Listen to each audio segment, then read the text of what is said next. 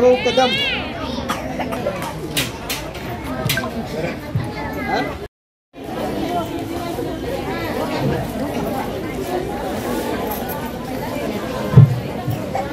या ठिकाणी प्रथम महामानव डॉक्टर बाबासाहेब आंबेडकर यांच्या प्रतिमेचं पूजन मी या ठिकाणी उपस्थित राहिलेल्या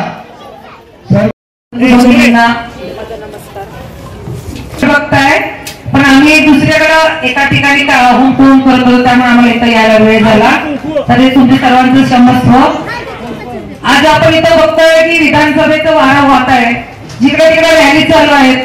प्रत्येक जण आपल्याला काही ना काही सांगत असतं की आज तुम्ही याला घाला, त्याला घाला, कमळाला घाला, इंजिनला घाला. पण आपण आज विचार करायला पाहिजे, आज जनजागृती होण्याची गरज आहे की मतदान म्हणजे हे सर्वश्रेष्ठ दान आहे आणि हे दान आपल्याला करायचं आहे. ते करताना आपण विचारपूर्वक करायला पाहिजे. आता आपण बघतो की आपल्या घरासमोर एखाद्या ठिकाणी आला तर आपण काय म्हणतो, अरे त्याला जाऊन काहीतरी दे जा, घरातलं काय दे. पण आपल्या घरातले लोक काय म्हणतात, अरे असे पैशासाठी बरेच लोक फिरणारे असतात, पण दान करताना विचारपूर्वक करून दान द्यायला पाहिजे की तो खरंच आहे का. आता बघतो की शनी मंदिर म्हणा, दत्त मंदिर बघा, चांगले चांगले लोक पैशासाठी न देता बसलेले असतात. म्हणून आपल्या घरचे लोक म्हणतात दान करताना विचार करून द्यायला पाहिजे. तसं हे मतदान हे सर्वश्रेष्ठ दान आहे, लोकांसाठी काम करतं. अण्णांनी आज आपल्या घरकुलमध्ये जो विकास केलेला आहे तिथं तुम्हाला सर्वांना माहिती आहे की बिडी करणाऱ्या मागासवर्गीय लोक तिथे राहतात. तिथले सर्व लोक गरीब घरातले लोक आहेत, ज्यांना घरं नव्हती, अशा लोकांना महाराणी ती घरं दिलेली आहेत. त्याकडे आपण बघितलं की त्याच्या किमती 3000 ते 5000 रुपये मध्ये घरकुल मिळत होतं, पण आज त्याच घरकुलची किंमत 20 लाख रुपये झालेली आहे. का तर अण्णांनी त्या भागाचा विकास केला म्हणून आज घरकुलच्या किमती वाढलेल्या आहेत. अरे घरकुलमध्ये काय नाहीये, रस्ते आहेत, लाईट आहे, ड्रेनेज आहे, सर्व तिथे सुखसोयी झालेल्या आहेत. म्हणून आज घरकुलचं एक मॉडेल पॅटर्न झालेलं आहे की अण्णा म्हणलं तर घरकुल आणि घरकुल म्हणलं तर अण्णा. आणि जर त्याच अण्णाला आपण जर निवडून दिलं तर आपल्या पूर्ण सोलापूरचा विकास झाल्याशिवाय राहणार नाही. भाजपमधनं देशमुख मालक आमदार झाले, कधी पाहिलं का तुमच्या गल्लीमध्ये देशमुख मालकांना? ताई मी तुम्हाला सर्वांना विचारते, कधी देशमुख मालकांना पाहिलं का? कधी आले का आपल्या सुखसोयी विचारण्यासाठी? तुम्हाला कशाचा त्रास होतोय का, काय आहे का? कधीच ते आपल्या भागात आलेले नाही. आणि आपण डोळे झाकून दर वेळेला आपण कमळाचं बटन दाबतो आणि देशमुख मालकांना निवडून देतो. ते का नाही? आता 4 टर्म मालक कशामुळे आले की आपण मतदान त्यांना करतो म्हणून आलेले आहेत. पण त्यांचं पण कर्तव्य आहे की आपल्याला ज्यांनी मतदान केलेलं आहे त्या लोकांसाठी, या शहरातल्या लोकांसाठी उत्तर बघा, प्रत्येकाच्या घरातले लेकरं मुलं शिकत आहेत.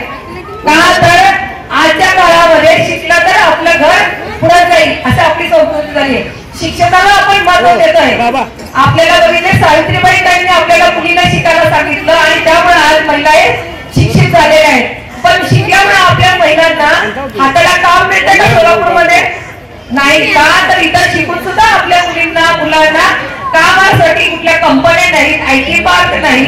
इव्हन ज्या घरातल्या महिला आहेत, ज्या घरात बसून काम करू शकतात, अशा महिलांच्या हाताला काम देण्यासाठी कुठं आपल्याकडं गारमेंट हाऊस सुद्धा नाही.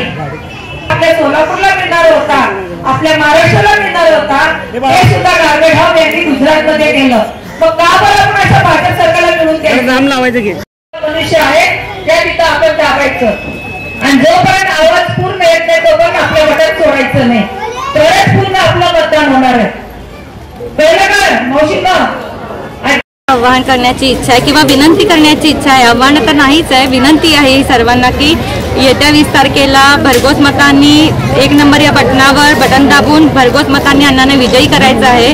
आणि खरंच हा विकासाचं नेतृत्व जे महेश अण्णांचं आहे ते खरंच आज नेतृत्व करून दाखवतील. जसं बॅरिस्टर होऊन आपलं संविधान डॉक्टर बाबासाहेब आंबेडकरांनी लिहिलेलं आहे तसंच हे नेतृत्व सोलापुरात गाजवून दाखवतील अण्णा आणि सर्वांना खरंच समान हक्क देऊन दाखवतील असं मला मनापासून वाटतंय. मनापासून माझी इच्छा पण आहे आणि ते करून दाखवतील अशी ग्वाही पण मी देऊ शकते इथे. खूप धन्यवाद. मयूर तर भंडारी यांनी हळदी कुंकवाचा कार्यक्रम आयोजित केला होता. हा अतिशय उत्तम आणि महत्त्वाचा कार्यक्रम. सगळ्यात जास्त बायका या ठिकाणी जमल्या, त्यांची मतं या ठिकाणी ऐकून घेतली.